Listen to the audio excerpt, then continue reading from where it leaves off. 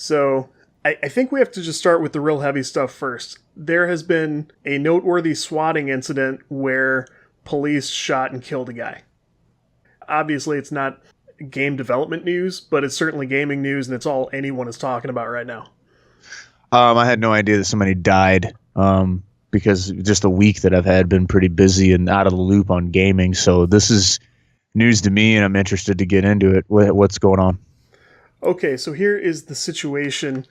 Polygon reported this. I don't know who reported it first. Polygon has an article about it that I'm showing on screen right now.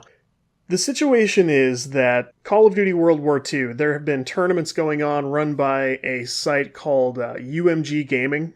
And I don't know much about this organization or what they do, but apparently they have money tournaments that you can play. And we're talking like, this was over a match that was worth like $1.50 or something.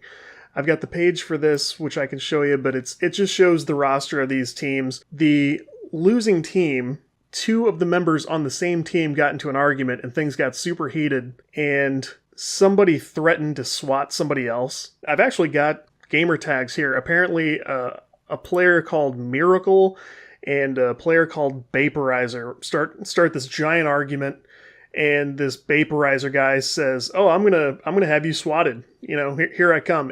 And swatting, for anybody who doesn't know, this is a thing that, for unknown reasons, emerged in gaming, where people started calling police, usually by spoofing their phone number, to make it look like they're calling from a player's location and telling the 911 dispatcher something that makes them send police to the person's house and basically drag them out of the house.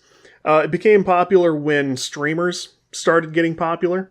So if you're on Twitch or YouTube and doing your thing, somebody can basically call the police to your house. It's hard to catch people if they do it a certain way. So in this story, this guy named Miracle, or who calls himself Miracle, he pisses off this Vaporizer guy.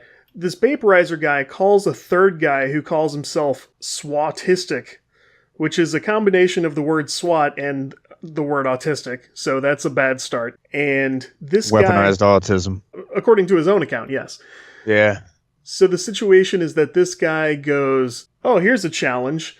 It turns out this guy is apparently a professional swatter. People pay him money, and he has SWAT teams sent to people's homes to have them dragged out and stuff. He's, by his own account, called in bomb threats to like MLG tournaments and stuff. And he just calls it evacuating. Like, "I'm gonna get you evacuated, bro." This story gets a little confusing and a little weird at this point. So the guy who calls this professional swatter, he's pissed off at this other guy. The other guy contacts him as well and says, You're not gonna do shit. I'm not scared of you, blah, blah, blah." And he gives this guy an address. And he says, "Come at me, bro. You'll go to prison for 5 years if you send police to this address." The address he gives this guy is not his home address. The address, the address he gives him is another house near to his area. And sure enough, this third guy calls 911, tells them that he is at this address that he was given, and he says, "I just shot my dad in the head and he's dead. And I've got the rest of my family cornered at gunpoint, and I've doused the house in gasoline, and I'm about to burn it down," and all this stuff. They send a bunch of cops, and they're armed to the teeth. I mean, the whole thing, like, they're going to raid the place. Mind you, these people are unsuspecting. They don't know what's going on. This guy comes to the door, and something happens at the door, and the police shoot the guy and kill him. So that's where we're at. Everybody's been kind of losing their minds about this for the last couple of days because it's absolutely insane.